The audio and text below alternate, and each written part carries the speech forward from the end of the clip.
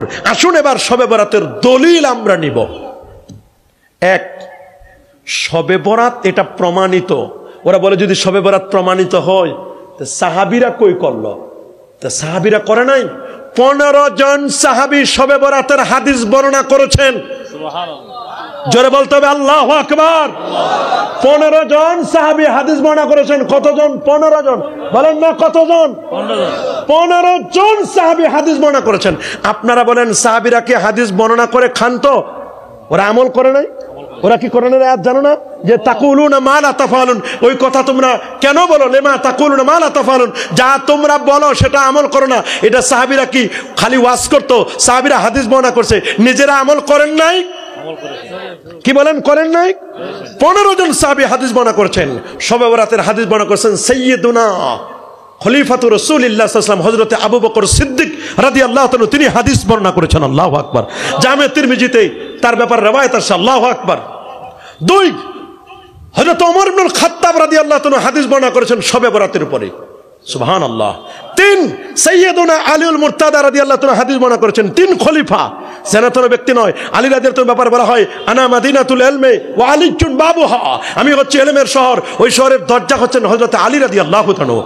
আর হযরত ওমর তো এমন 31 লক্ষ বর্গমাইলের শাসক ওমর। হযরত ওমর যেই পথ দিয়ে যান সেই পথে শয়তান যায় না। শয়তান বলে সরি, এই পথে যাওয়া যাবে না। আমার রাসূল বলেন ওমর আমি তো তোমার নামে জান্নাত বরাদ্দ দেখে আসলাম, একটা প্রাসাদ খোলা তোমার নামে, তোমার নাম সাইনবোর্ড দেওয়া, তোমার নামে জান্নাতে প্রাসাদ বরাদ্দ করে দেওয়া আছে। সুবহানাল্লাহ। আর সিদ্দিক আকবর এমন, রাসূল বলেছেন লাউ কুনতু মুত্তাখিজান খালিলান লাত্তাখাসু আবু বকরিন খালিলা, ওরে আমি যদি আল্লাহর পরে কাউকে বন্ধু বানাতাম আপনাকে আবু বকর, আপনি আমার হিজরতের সাথী। হযরতে মা আয়েশা সিদ্দিকা রাদিয়াল্লাহু তাআলা আনহা বর্ণনা করেছেন আবু বকর রাদিয়াল্লাহু তাআলা আনহুর কন্যা এবং আল্লাহর হাবিবের স্ত্রী। সুবহানাল্লাহ বলেন। আমাদের মা আয়েশা সিদ্দিকা রাদিয়াল্লাহু তাআলা জামে তিরমিজিতে তার হাদিস আসছে। 5 নম্বর রাইসুল ফুকাহা আব্দুল্লাহ ইবনে মাসউদ রাদিয়াল্লাহু তাআলা শবে বরাতের লাইলাতুন নিসফ মিন শাবানের হাদিস বর্ণনা করেছেন। 6 নম্বর হযরতে মুআয ইবনে জাবাল রাদিয়াল্লাহু তাআলা হাদিস বর্ণনা করেছেন, যিনি ছিলেন আ'লামু বিল হালাল ওয়াল হারাম, তিনি হাদিস বর্ণনা করেছেন। তারপরে হযরতে আবু মুসা আল আশআরী রাদিয়াল্লাহু তাআলা, তিনি বিখ্যাত সাহাবী ছিলেন আশআর গোত্রের, তিনি শবে বরাতের সহিহ হাদিস বর্ণনা করেছেন। আল্লাহু আকবার বলেন। হযরত আবু সালাবা আল খুশানী রাদিয়াল্লাহু তাআলা তিনি শবে বরাতের হাদিস বর্ণনা করেছেন। হযরত আউফ ইবনে মালিক রাদিয়াল্লাহু তাআলা বিখ্যাত সাহাবী, তিনি শবে বরাতের সহিহ হাদিস বর্ণনা করেছেন। আল্লাহু আকবার বলেন। হযরত কাসির ইবনে মুররা রাদিয়াল্লাহু তাআলা বিখ্যাত সাহাবী, তিনি শবে বরাতের হাদিস বর্ণনা করেছেন। হযরত উসমান ইবনে আবিল আস রাদিয়াল্লাহু তাআলা তিনি শবে বরাতের হাদিস বর্ণনা করেছেন। হযরত আবু সাঈদ খুদরি রাদিয়াল্লাহু তাআলা তিনি শবে বরাতের হাদিস বর্ণনা করেছেন। বিখ্যাত সাহাবী হযরত ওমরের ছেলে হযরত আব্দুল্লাহ ইবনে ওমর রাদিয়াল্লাহু তাআলা, যিনি সাবিকুর রাসূল ছিলেন, উনি এক জায়গায় দেখেন খালি খালি হাসে। বলে ভাই কেন হাসেন? আল্লাহ নবী এখানে এসেছিলেন। এক জায়গায় দেখে চোখ থেকে দরদর করে পানি পড়ে। বলে কেন কাঁদেন? উনি তো কান্নার কোনো কারণ নাই। বলে আল্লাহ নবীকে এখানে আমি কাঁদতে দেখেছিলাম, এজন্য কাঁদতেছি। নবী যা করতো উনি তাই করতেন। ঠোঁটগুলো নড়াইতো, তিনিও ঠোঁট নড়াইতেন। নবী যা করতো তাই করতো, এই জন্য তাকে বলা হয় সাবিকুর রাসূল সাল্লাল্লাহু আলাইহি ওয়াসাল্লাম। আমার নবী যা করতেন তিনি তাই করতেন। তিনি শবে বরাতের সহিহ হাদিস বর্ণনা করলেন। আল্লাহু আকবার বলেন। আরো যেমন আল্লাহু আকবার। তাহলে শবে বরাতের হাদিস আছে না নাই? বলেন আছে না নাই? বিখ্যাত সাহাবী আবু সাঈদ খুদরি রাদিয়াল্লাহু তাআলা হাদিস তিনি বর্ণনা করেছেন। বিখ্যাত সাহাবী, তার মাজার আমি জিয়ারত করে এসেছি। আবু সাঈদ খুদরি রাদিয়াল্লাহু তাআলা কবরটা সবসময় 10-12 জন পুলিশ ঘিরে রাখে। পুলিশ ঘিরে রাখে, তার কবর জিয়ারত করতে দেয় না।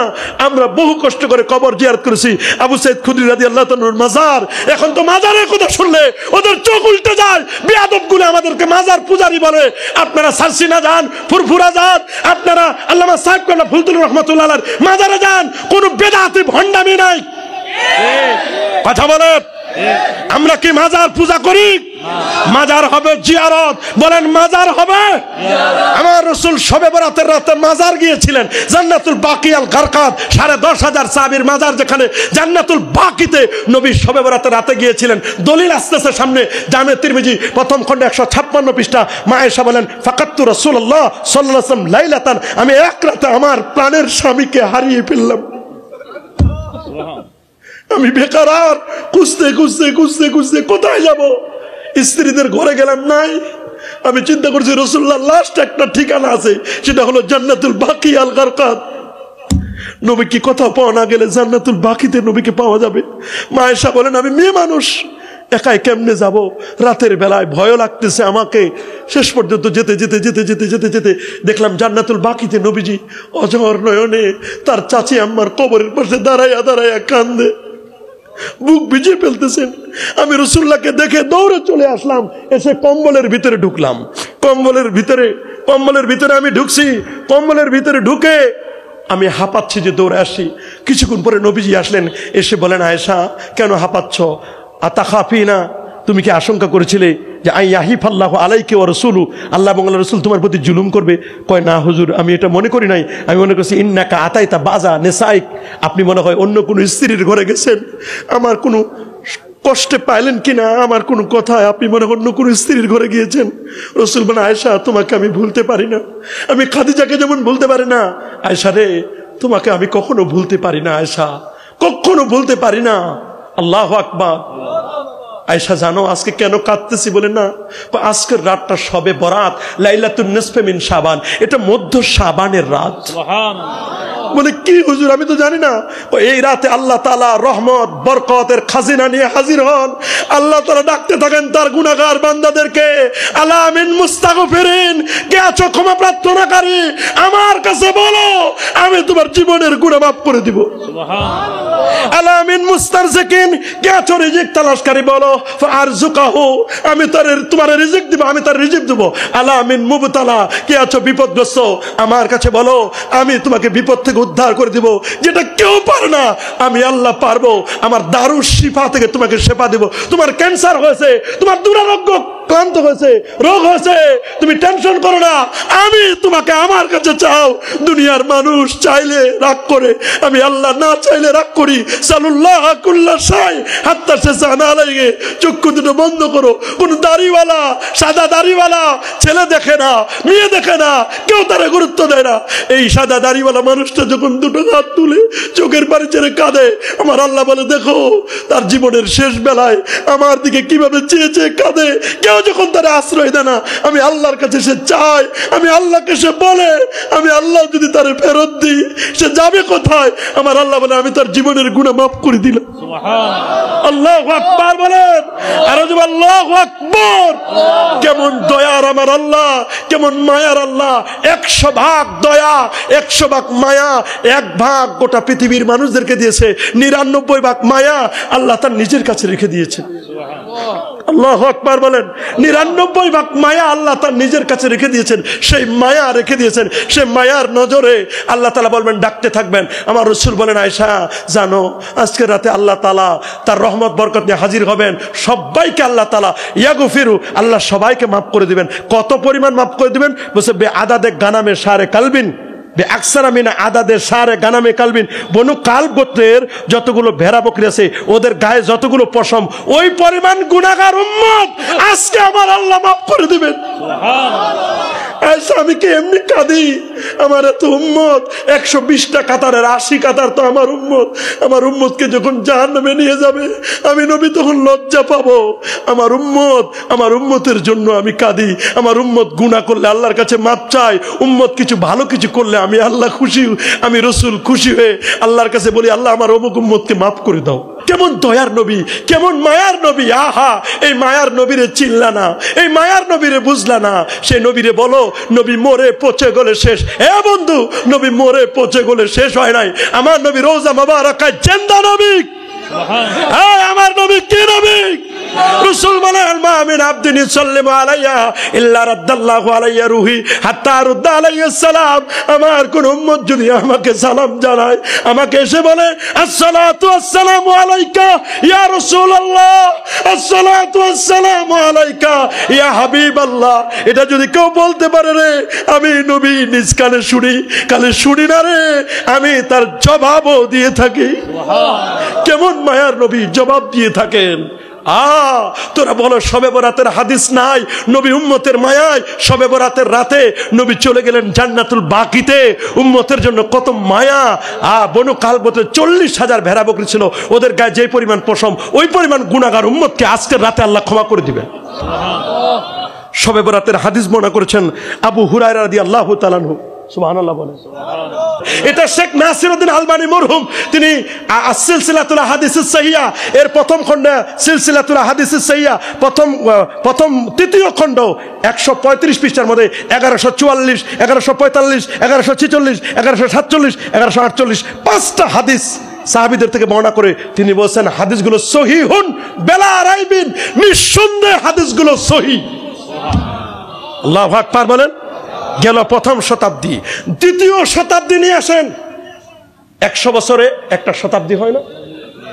প্রথম শতাব্দী শেষ, দ্বিতীয় শতাব্দী তাবিঈদের যুগ। কাদের যুগ বলেন না? কাদের যুগ? বিখ্যাত তাবিঈরা 22 জন তাবি হাদিস বর্ণনা করেছেন। কয়জন? 22 জন, 22 জন সাহাবী হাদিস বর্ণনা করেছেন, নিজেরা আমল করেছেন। তাবিরা যদি আমল করতে পারে, সাহাবীদের যুগ পেলাম, তাবিদের যুগ পেলাম। হযরত কাসির ইবনে মুররা, আতা ইবনে ইয়াসার, মাকহুল শামী, আবু রোম যিনি আবু সাইদ খুদরির ছাত্র ছিলেন, তারপর মালিক ইবনে ইউখামির, মুহাজির ইবনে হাবিব, মুহাম্মদ ইবনে আবি বকর, উরওয়া ইবনে সুবাইর, আবু আব্দুর রহমান হুবালি, হাসান ইবনে বসরি, হাসান বসরি যিনি আব্দুর রহমান, মুআবিয়া ইবনে আব্দুল্লাহ, আব্দুর রহমান ইবনে বাইলুমানি, ইসহাক ইবনে রাহুয়াই, ইমামে আউসাই, ইয়াহিয়া ইবনে আবি কাসির, ইমামে জুহুরি, হযরত মুগীরা এবং হযরত ইকরিমা এরা হাদিস বর্ণনা করেছেন। 22 জন বিখ্যাত তাবী তারা হাদিস বর্ণনা করলো। আল্লাহু আকবার বলেন। গেল দ্বিতীয় শতাব্দী, তৃতীয় শতাব্দীতে আবু বকর ইবনে আসেম 206 হিজরি আলেম, 287 ইন্তেকাল, তার কিতাবুস সুন্নাহ এই কিতাব লিখে শবে বরাতের হাদিস তিনি বর্ণনা করেছেন। চতুর্থ শতাব্দীতে ইমামে তাবরানী 307 হিজরিতে ইন্তেকাল, তিনি শবে বরাতের হাদিস বর্ণনা করেছেন 6টা। আল্লাহু আকবার বলেন। ইমামে গাজালি তিনি ষষ্ঠ শতাব্দীর আলেম, 505 হিজরি, আব্দুল কাদের জিলানী 561 হিজরি, তিনি শবে বরাতের হাদিস বর্ণনা করেছেন। হাফেজ মুনজিরি 656 হিজরি আলেম, আত-তারগিব ওয়া তারহিবে তিনি সব হাদিসগুলো এনেছেন, এনে বলছেন শবে বরাত এটা প্রমাণিত। শাইখুল ইসলাম ইবনে তাইমিয়া 728 হিজরিতে ইন্তেকাল করেছেন, তিনিও তার যুগে শবে বরাত পালিত হয়েছে। ইকতিদাউস সিরাতুল মুস্তাকিমের মধ্যে শবে বরাতের হাদিস এনে বলেছেন যে শবে বরাতের রাতটা বরকতময় রাত, এটা ফজিলতপূর্ণ রাত। আল্লাহু আকবার বলেন। হাফেজ নুরউদ্দিন হাসামি 807 হিজরি আলেম, মাজমাউজ জাওয়ায়েদ ওয়া মানবাউল ফাওয়ায়েদে তিনি প্রমাণ করেছেন শবে বরাত। আল্লামা সুয়ুতী 911 হিজরির আলেম। আল্লাহু আকবার বলেন। আল্লামা সুয়ুতী 911 হিজরি আলেম, তার লেখা বিখ্যাত তাফসীর তাফসীরুদ দুরর মানসুরের মধ্যে একটা নয় দুটা নয় 22টা হাদিস সূরা দুখানের ইন্না আনসালনাহু ফি লাইলাতিন মুবারাকা এতে তাফসীরে 22টা হাদিস এনেছেন। আল্লাহু আকবার বলেন। কয়টা? 22টা। এত বড় পণ্ডিত 75 বার যিনি জাগ্রত অবস্থায় আমার রাসূলুল্লাহকে জিয়ারত পেয়েছিলেন। সুবহান। 27 কদমে মিশর থেকে রওজা মুবারাকায় গিয়েছিলেন যিনি এত বড় পণ্ডিত ছিলেন। তাফসীরে জালালাইনের লেখক, আল হাবিউল ফতোয়া লেখক, 1500 কিতাব লিখেছেন। আল্লামা জালালউদ্দিন সুয়ুতী 9ম শতাব্দীর মুজাদ্দিদ ছিলেন। বাবা ইমামে হাসকাফি শরম্বুল আলী মারাকিল ফালা 1069 হিজরিতে ইন্তেকাল, সেই যুগেও শবে বরাত পালিত হয়েছে। তারপরে আপনার 11 শতাব্দীতে হয়েছে, 12 শতাব্দীতে আল্লামা এই আওরঙ্গজেব রহমতুল্লাহ আলাইহ, যাকে জিন্নাপীর বলা হতো, তিনি 700 আলম নিয়ে ফাতোয়া আলমগীরি লেখে তিনি শবে বরাতকে প্রমাণ করেছেন। ইমাম ইবনে আবিদিন শামী 1252 হিজরিতে ইন্তেকাল, উনি ফতোয়ায়ে শামী লেখে শবে বরাতের রাতে ইবাদত বندگی তিনি প্রমাণ করেছেন। আহমদ শফি সাহেব বলেন, শেখ আলবানী 1420, এরকম সব হিজরিতে ফুরফুরা, সরসিনা, আল্লামা সাহেব কাবলা ফুলতুলি রহমতুল্লাহ আলাইহ, আল্লামা বিস্কুট সাহেব কাবলা রহমতুল্লাহ আলাইহ, শাইখুল হাদিস আল্লামা হাবিবুর রহমান রহমতুল্লাহ আলাইহ, যুগ শ্রেষ্ঠ একজন বড় মাপের মুহাদ্দিসদের একজন অন্যতম। তিনি শবে বরাতের ফজিলত আমরা নিজ কানে ওনার বক্তব্য শুনেছি। উনি অনেকগুলো হাদিস দলিল দিয়ে শবে বরাতের পক্ষে তিনি বইও লিখেছেন, তিনি রিসালা লিখেছেন, তিনি কথা বলেছেন। আল্লাহু আকবার বলেন। তাহলে শবে বরাত আছে না নাই? যারা বলেন শবে বরাত আমরা পালন করব কি করব না? শবে বরাত নাই কি বলেন নাই? আমি শবে বরাতের ব্যাপারে একটা সহিহ হাদিস দিব। এমন কোন মায়ের সন্তান নেই যে হাদিসটাকে কাটতে পারে। সর্বনিম্ন দরজা হাসান, সহি, হাসান সহি। শেখ আলবানী বলেন সহিহুন বিলা রাইবিন, একটা হাদিস, যে হাদিসটি ইমামে তাবরানী সুলাইমান ইবনে আহমদ 360 হিজরি আলেম, আল মুজামুল কবির, মাকতাবাতুল উলুম ওয়াল হিকাম 15তম খণ্ডের 21তম পৃষ্ঠার 16639 নম্বর হাদিস, 16639 নম্বর হাদিসে স্পষ্ট করে লেখা। আল্লাহু আকবার বলেন। এবং ইমাম ইবনে হিব্বান, মুহাম্মদ ইবনে হিব্বান 354 হিজরি আলেম, তিনি as-সহিহ সহিহ ইবনে হিব্বানের বৈরুতের সাপ মুআসসাসাতুর রিসালা প্রকাশকাল 1414 হিজরি। তিনি একেবারে 13তম খণ্ডের 355তম পৃষ্ঠার 1980 নম্বর হাদিস, 1980 নম্বর হাদিসে সহিহ হাদিস কোট করেছেন। আন মুআয ইবনে জাবালিন রাদিয়াল্লাহু তাআলা আনহু আনিন নবী সাল্লাল্লাহু আলাইহি ওয়াসাল্লাম قال يطلع الله عز وجل على خلقه ليلة النصف من شعبان فيغفر لجميع خلقه إلا لمشرك أو مشاهد। الله أكبر। আল্লাহ তাআলা এই রাতে বান্দাদের প্রতি স্পেশাল নজর দেন। সবাইকে শবে বরাতের রাতে আল্লাহ মাফ করে দেন, আল্লাহ ক্ষমা করে দেন। মাফ করেন না হিংসুককে, আর মাফ করেন না মুশরিক যারা শিরক করে। আমরা কি কেউ শিরক করব? যারা বলেন না ইন্নাশ শিরকা লা যুলমুন আযীম, শিরক মস্ত বড় অপরাধ। শিরক করবেন না, জুলুম করবেন না।